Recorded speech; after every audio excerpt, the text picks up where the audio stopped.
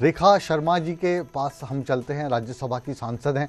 बहुत बहुत स्वागत है मैडम आपका न्यूज़ 18 पर। और इस वक्त जो राजनीति चल रही है उस राजनीति पर आप क्या कहेंगी? तो पहली प्रतिक्रिया क्या है? पंजाब में जो ब्लास्ट हुआ उसको लेकर राजनीति हो रही है। हरियाणा के मुख्यमंत्री कह रहे हैं कि पंजाब के मुख्यमंत्री उल जलूल बयान दे रहे हैं, भाजपा को जिम्मेदार ठहरा रहे हैं। वहीं पर दीपेंद्र हुड्डा हैं, वो कह रहे हैं कि हरियाणा की कानून व्यवस्था इस वक्त चरमरा गई है। देखिए, जो ऑपोजिशन है ना, वो बंगाल के रिजल्ट देखकर बौखलाई हुई है। चाहे हम आम आदमी पार्टी देख लें पंजाब में या हरियाणा में कांग्रेस देख लें, दोनों ही इस तरह की राजनीति खुद खेल रहे हैं कि भारतीय जनता पार्टी को निशाना बनाने की वहां कोशिश कर रहे हैं जहां सरकार आम आदमी पार्टी की है और वहां उनकी लॉ एंड ऑर्डर की रिस्पॉन्सिबिलिटी है।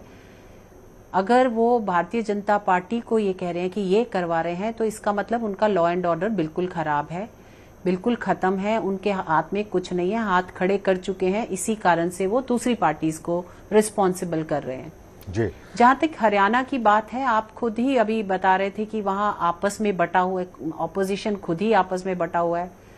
अब ये कह रहे हैं कि राहुल गांधी जी यात्रा करेंगे। राहुल गांधी जी की यात्रा हमने पहले भी देखी है और उसके नतीजे भी देखे हैं।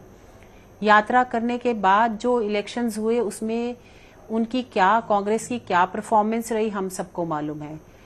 और हम तो स्वागत करते हैं, जहां जहां राहुल गांधी जी आते हैं वहां मेरे ख्याल से भारतीय जनता पार्टी को फायदा होता है और इस यात्रा में भी भारतीय जनता पार्टी को ही फायदा होगा, चाहे वो कहीं भारत में कहीं भी चले जाएं। आपने देखा कि बंगाल गए थे वो और खुद ही अनाउंस करके आए थे कि भारतीय जनता पार्टी जीत रही है। वहां पे केवल 2 सीट्स ले पाए वो। हरियाणा में पिछले कई सालों से वो जूझ रहे हैं। तीसरी बार भारतीय जनता पार्टी ने सरकार बनाई है, चौथी, पांचवी, छठी बार भी हम ही बनाएंगे। और मुझे नहीं लगता कि इनकी यात्राओं का कोई भी नुकसान हमारी पार्टी को होने वाला है जी। आजकल देखने में रेखा जी मिल रहा है कि हर कुछ दिनों के बाद कोई ना कोई चुनाव है, तो चुनावी मौसम ऐसे लगता है जैसे क्रिकेट मैच हो रहा है। कभी लोकसभा के चुनाव आ जाते हैं, कभी विधानसभा के आ जाते हैं, स्थानीय निकाय के चुनाव आ जाते हैं। अब क्योंकि आप राज्यसभा में हैं और एक देश और एक चुनाव की जो बातचीत लगातार हो रही है, इस विषय पर आप निजी तौर पर आपकी क्या टिप्पणी है?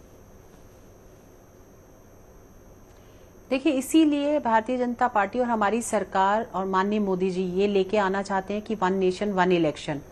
एक तो समय की बचत, पैसे की बचत, लोगों के रिसोर्सेज की बचत। आप कितना सारा पैराफर्नेलिया इलेक्शंस में लगा रहता है, ऑफिसर्स की ड्यूटीज, स्कूल के टीचर्स की ड्यूटीज, पैसा कितना वेस्ट होता है। बार बार जनता भी उसी रट में लगती है, इलेक्शन। बहुत सारी ह्यूमन रिसोर्स भी वेस्ट होती है जी। तो मुझे लगता है इसका सबका एक ही जवाब है कि ये एक ही तरह से इलेक्शन हो। एक नेशन है, उसमें एक तरह के असेंबली इलेक्शन, लोकसभा इलेक्शन एक साथ होंगे, तो ये बहुत सारी टाइम वेस्टेज और जो बहुत सारा डेवलपमेंट का काम है वो नहीं हो पाता। अब ये जितना पीरियड है इलेक्शंस का, जब से कोड ऑफ कंडक्ट लगता है तब से इलेक्शन के रिजल्ट तक कोई डेवलपमेंट का काम अनाउंस नहीं कर सकती सरकार। तो आप देखिए उसका भुक्तभोगी कौन है? जनता है, आम जनता ही भुक्तभोगी है। और हम ये चाहते हैं कि अगला इलेक्शन तक ये 1 नेशन 1 इलेक्शन हम आम जनता को लेके चल रहे हैं। इसकी चर्चा हम आम जनता के साथ कर रहे हैं ताकि ये आवाज नीचे से उठे, धरातल से उठेगी तो शायद ऑपोजिशन पार्टीज इसको मना नहीं कर पाएंगी। 2 आपने पिछली बार देखा कि एक ऐसा महिलाओं के 33% की रिजर्वेशन की बात थी, वहां भी ऑपोजिशन को समझ नहीं आई, वहां भी उसका विरोध किया, जबकि ये आम जनता के लिए था और ये कहा गया था कि पूरा क्रेडिट ऑपोजिशन को मिलेगा। फिर भी उन्होंने उसको पास नहीं होने दिया और उसका जवाब महिलाओं ने ही वेस्ट बंगाल में दे दिया उनको जी। तो अब मुझे लगता है इनको ही समझ आएगी जब जमीन से ये बात उठेगी, जो हम भारतीय जनता पार्टी ये कोशिश कर रही है कि ये आम लोगों से आवाज उठनी चाहिए कि 1 नेशन है तो 1 इलेक्शन होना चाहिए, ताकि बहुत सारी चीजें जो मैंने एक्सप्लेन करके बताया वो वेस्ट ना हो।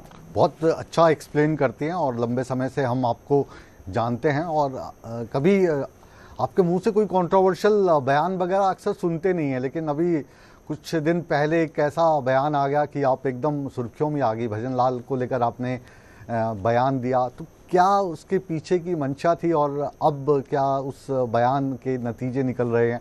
अगर चलते चलते आप हमसे ये साझा करना चाहें न्यूज़ 18 पर, क्योंकि आप आई और मंच मिला है तो इसका आप जवाब दे सकती हैं। देखिए, ये सब जुडिस है। अभी मैंने पहले भी गलत बात नहीं करी, गलत बयान नहीं दिया, लेकिन ये सब जुडिस है, इसलिए मैं एक्सप्लेन नहीं करना चाहूंगी। ये एक बार मैटर सॉल्व हो जाए, उसके बाद आपको मुझे लगता है, मैंने पहले भी दूसरे बयान में भी कहा था, मेरी कोई मंशा किसी जाति, किसी व्यक्ति को लेकर बिल्कुल नहीं थी। पहले भी मैंने ये कहा था, किसी